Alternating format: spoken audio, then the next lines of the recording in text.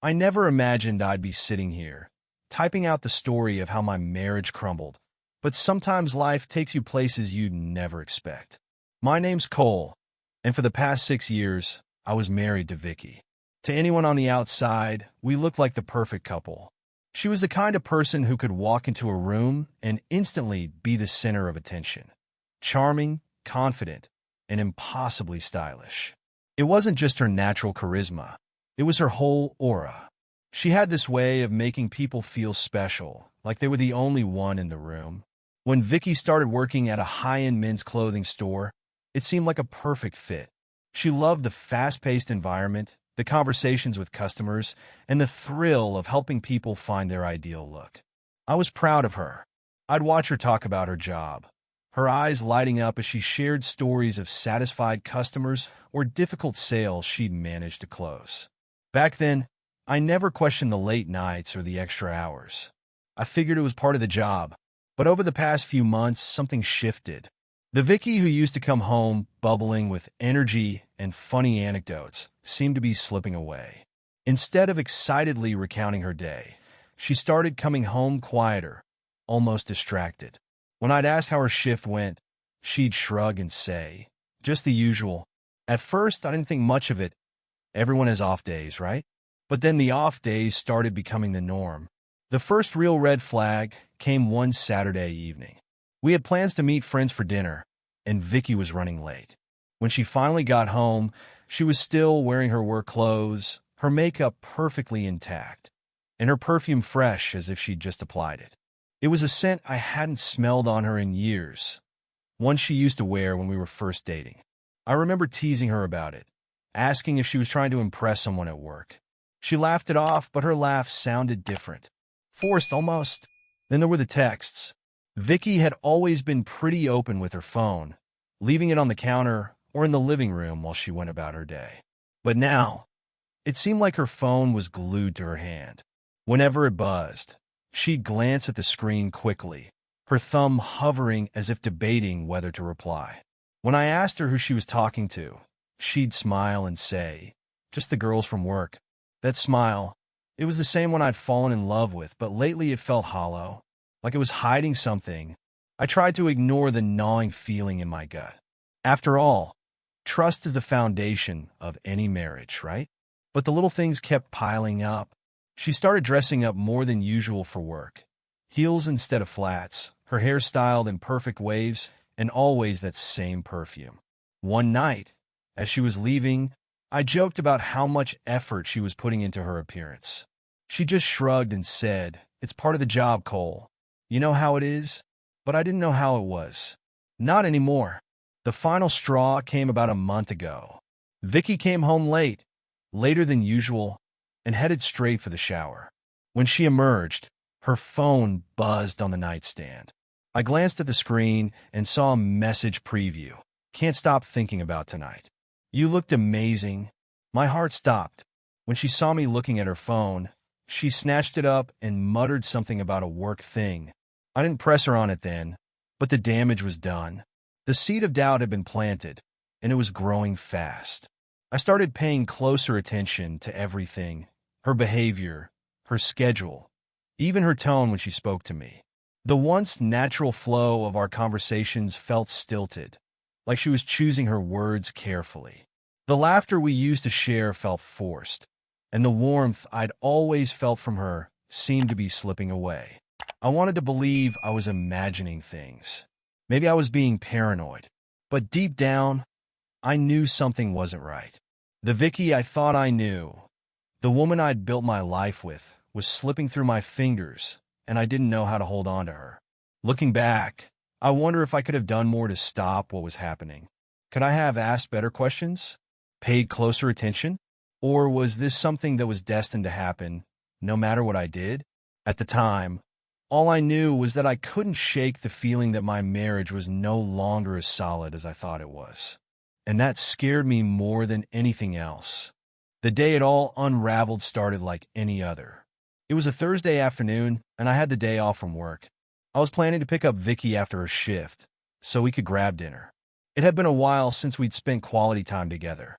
and I thought a nice meal out might help break the tension that had been lingering between us. Around lunchtime, I realized I'd forgotten my keys at home. It wasn't a huge deal. Vicky had hers, but it meant I'd need to swing by her store to grab them if I wanted to run errands before dinner. I called her cell, but it went straight to voicemail. Not unusual, I told myself. She was probably busy with a customer or in the back room doing inventory. I figured I'd just drop by the store and sort it out. When I arrived, the store was quiet, almost too quiet for a weekday afternoon. A young woman at the register, one of Vicky's co-workers, greeted me with a nervous smile. I explained that I was there to see my wife and asked if she was available. The girl hesitated, her eyes darting toward the back of the store. She's, helping a customer in the dressing rooms, she said, her voice a little too high-pitched. Something about her demeanor put me on edge. Her words seemed rehearsed, like she was trying to convince herself as much as me. I nodded and thanked her, trying to keep my expression neutral. But as I made my way toward the dressing rooms, the unease in my chest grew heavier. The closer I got, the more I noticed little details that didn't add up. The faint sound of laughter, Vicky's laugh, unmistakable, floated through the air, followed by a man's voice. It wasn't loud, but it was enough to stop me in my tracks. My heart started pounding, a mix of dread and denial coursing through me. I told myself it was nothing, that I was overreacting. But as I rounded the corner, the muffled voices grew clearer, and the laughter more intimate. I stood outside the dressing room area, my hand hovering over the door. My gut was screaming at me to leave, to turn around and pretend I hadn't heard anything. But curiosity and suspicion won out. I pushed the door open and stepped inside. What I saw will be burned into my memory forever. Vicky was in one of the larger dressing rooms, leaning against the full-length mirror. Her blouse was unbuttoned, and her cheeks were flushed. Standing close to her, a man I didn't recognize was whispering something in her ear, his hand resting casually on her waist. They were so engrossed in each other that they didn't notice me at first. For a split second, I felt like I was outside my own body, watching the scene unfold as if it were a movie. Everything seemed to slow down, the way Vicky turned her head, the widening of her eyes as she saw me standing there, frozen in place. Her smile disappeared instantly, replaced by a look of pure panic. "Cole," she stammered, her voice barely above a whisper. She stepped away from the man, fumbling to button her blouse. The man, to his credit, or maybe lack thereof, looked genuinely startled. He muttered something under his breath, his confidence evaporating as he realized he'd been caught. I couldn't speak.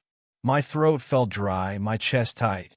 I wanted to yell, to demand answers, but all I could do was stand there, staring at the woman I thought I knew. The betrayal was written all over her face, in the way her hands trembled as she tried to fix her appearance. The man, clearly uncomfortable, mumbled an apology, not to me, but to Vicky, and bolted out of the dressing room, brushing past me without making eye contact. I barely registered his exit, my focus entirely on her. She looked at me, tears already welling up in her eyes, and started to speak. "Cole, it's not what it looks like," she said, her voice shaking. She took a step toward me, but I instinctively moved back, my body rejecting her presence. My mind was racing, trying to make sense of what I'd just seen. Not what it looks like. How could she even say that? She kept talking, her words spilling out in a frantic attempt to explain. She claimed it was a mistake, that she didn't know what had come over her. He was just a regular customer, she said, someone she'd helped a few times in the store. She swore it hadn't gone beyond flirting, that this was the first time anything physical had happened. I wanted to believe her. God, I wanted to believe her. But the image of them together, the laughter, the way they were standing so close, played over and over in my mind like a broken record. Her words felt hollow, like she was grasping at straws to justify something that couldn't be undone. She tried to touch my arm, to close the distance between us, but I stepped back again. I didn't trust myself to speak. The emotions boiling inside me, anger, betrayal, heartbreak were too raw, too overwhelming. I turned and walked out of the store, her voice following me as she called my name. But I didn't look back.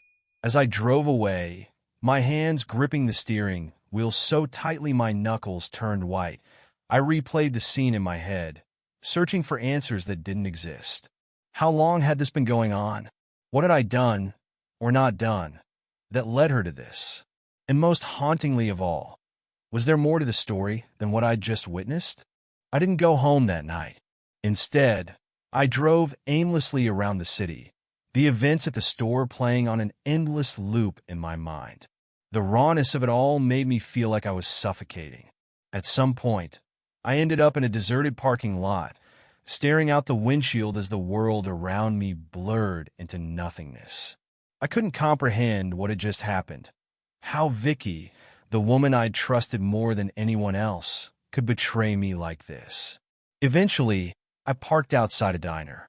I didn't have much of an appetite, but I needed to collect myself before facing her again. I ordered coffee I didn't drink and sat there for hours, letting the hurt morph into something sharper: anger. By the time I finally went home, it was well past midnight. The house was dark, save for a small light in the living room. Vicky was waiting for me, sitting on the couch with her knees tucked under her chin. She looked up as I entered, her face streaked with tears. For a moment, neither of us said anything. The silence stretched between us, heavy and unbearable. She was the first to speak. She said she was sorry, that what I'd seen wasn't who she really was. She said it over and over, as if repetition would make it true. But her words only added fuel to the fire burning inside me. I told her I didn't want excuses. I wanted the truth. At first, she tried to deflect. She claimed it had been a moment of weakness, a stupid mistake that meant nothing. But when I pressed her, demanding to know how long it had been going on, her defenses began to crumble. She admitted that she and the man, his name was Eric, had been flirting for weeks. She swore it had never gone beyond that what I'd walked in on was the first and only time they'd crossed the line. I wanted to believe her. Part of me even wanted to forgive her, to convince myself that this was a one-time lapse in judgment. But the more she talked, the more her words unraveled, revealing cracks in her story that she couldn't patch up. She said Eric had been a regular customer, someone she'd clicked with during his visits to the store. She admitted that his attention had made her feel something she hadn't felt in a long time: desired. Hearing her say those words was like a punch to the gut. Desired? I had spent the past 6 years trying to make her feel loved, supported, cherished. And now she was telling me that some guy she barely knew had made her feel something I couldn't? The unfairness of it all made my head spin. She said she hadn't meant for it to happen, that she hadn't even realized how far things had gone until it was too late. She begged me to see it from her perspective, to understand the stress she'd been under and the ways she'd been feeling disconnected from me. She said Eric had been a distraction, a way to escape the monotony of her day-to-day life. Her words stung, but what hurt the most was the way she looked at me, as if she expected me to shoulder part of the blame for what had happened. As if her betrayal was somehow a symptom of our marriage, rather than a choice she had made. I asked her if she loved him. The question seemed to catch her off guard. She shook her head vehemently, insisting that it wasn't about love, that it had never been about him. It was a mistake, she said again, her voice breaking. A stupid, meaningless mistake, but it didn't feel meaningless to me. It felt like the foundation of our marriage, the trust we'd spent years building, had been shattered beyond repair. I told her as much, my voice trembling with barely restrained emotion. I asked her how she could look me in the eye every day, knowing what she was doing behind my back. She didn't have an answer for that. She just cried, her tears soaking the sleeves of her sweater as she begged me to give her another chance. I wanted to scream at her, to yell that her apologies meant nothing, that her tears couldn't undo the damage she'd caused. But instead, I found myself falling silent, the weight of it all pressing down on me like a physical force. I realized in that moment that no matter how much I loved her, No amount of love could fix what she'd broken. As I turned to leave the room, she reached for my hand. Her touch was desperate, pleading. She said she'd do anything to make things right, that she'd go to therapy, quit her job, whatever it took. She promised that she could earn back my trust if I just gave her the chance. Her words hung in the air, heavy and suffocating. For the first time, I didn't know what to say. I didn't know what I wanted, or if I even had the capacity to figure it out. All I knew was that I needed space, a moment to breathe and process what had happened without her tears clouding my judgment. I told her I needed time, and then I left. As I walked out the door, I felt a strange mix of emotions: anger, sadness, betrayal, and something else I couldn't quite place. It was as if part of me was mourning the life we'd had, while another part was already trying to imagine a life without her. In the days that followed, I felt like a ghost in my own life. Everything seemed surreal, as if I were watching someone else's world fall apart. I spent most of my time holed up in a motel on the edge of town, staring blankly at the ceiling as the memories of Vicky and me replayed in my mind. It was like my brain was stuck on a loop, forcing me to relive the betrayal over and over again. At first, the dominant emotion was anger. I was furious with Vicky for what she'd done, for the lies she'd told, and for the way she'd made me doubt myself. But beneath the anger was a deeper, more insidious feeling: sadness. It was the kind of sadness that doesn't just sit in your chest. It seeps into every part of you, making it hard to think, breathe, or move. I couldn't escape the overwhelming sense of loss. I kept thinking about the life we'd built together, the laughter, the quiet nights on the couch, the dreams we'd shared about the future. It all felt so hollow now, tainted by the knowledge of what she'd done. Every memory that used to bring me comfort now felt like a cruel joke. How could I have been so blind? Had I missed the signs, or had she simply hidden them that well? Vicky called and texted constantly during those first few days. Her messages ranged from tearful apologies to desperate pleas for me to come home. She said she was willing to do anything to fix things, to make up for her mistake. But every time I read her words, I felt a fresh wave of pain wash over me. I couldn't bring myself to respond. What was there to say?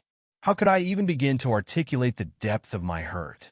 I leaned on a couple of close friends during that time, though I didn't share every detail. I wasn't ready to explain what had happened. It felt too raw, too personal. But just being around people who cared about me helped in small ways. One of my friends, Mike, let me crash on his couch for a few nights. He didn't ask many questions, which I appreciated. Instead, he offered quiet companionship, distracting me with movies and bad jokes when I needed them most. As the days turned into weeks, the anger started to fade, leaving behind a kind of numbness. I wasn't crying anymore, but I wasn't feeling much of anything either. It was like I was on autopilot, going through the motions of daily life without really engaging with it. I threw myself into work, taking on extra projects to keep my mind occupied. It helped to an extent, but the nights were still the hardest. That's when the silence would close in, and I'd find myself staring at the ceiling again, wondering where it had all gone wrong. Eventually, I started to process my emotions in a more constructive way. I journaled about what I was feeling, spilling my thoughts onto the page without judgment.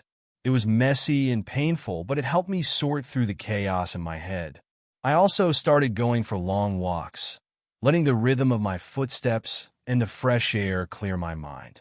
Little by little, I began to feel like I was reclaiming a small piece of myself. One night, during one of those walks, I had a realization that changed everything.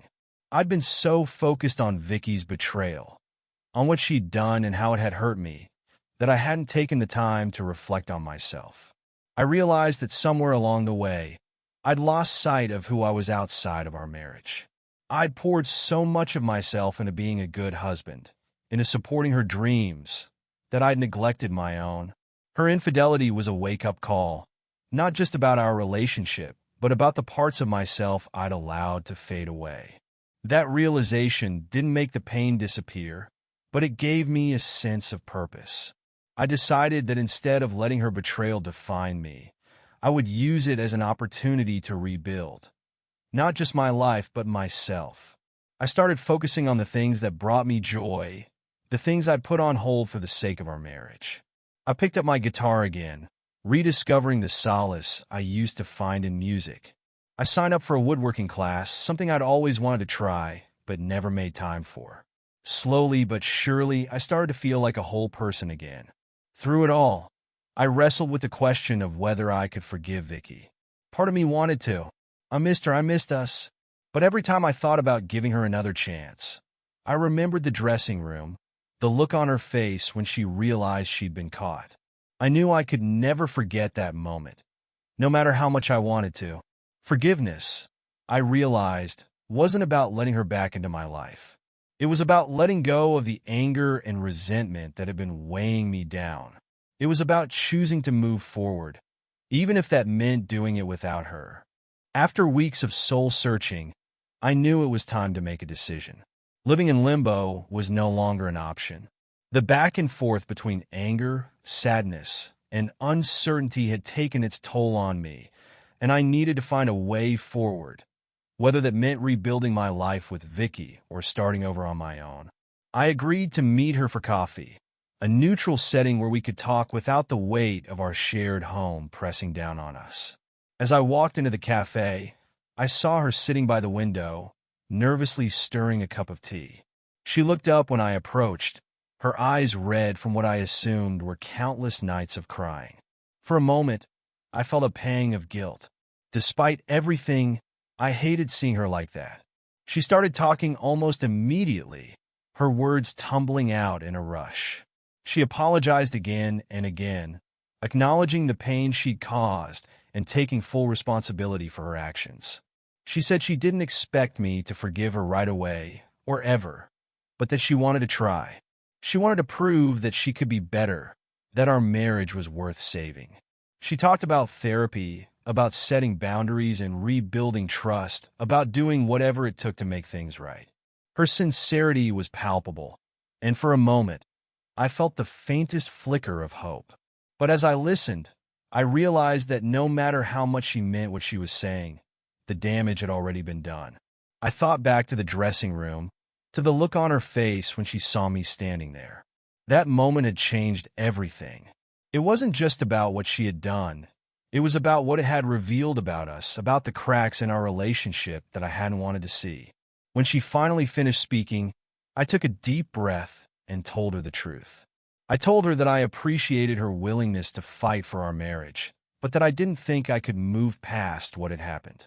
I explained that it wasn't just about trust. It was about the person I'd become over the past few weeks, the person who was learning to stand on his own 2 feet again.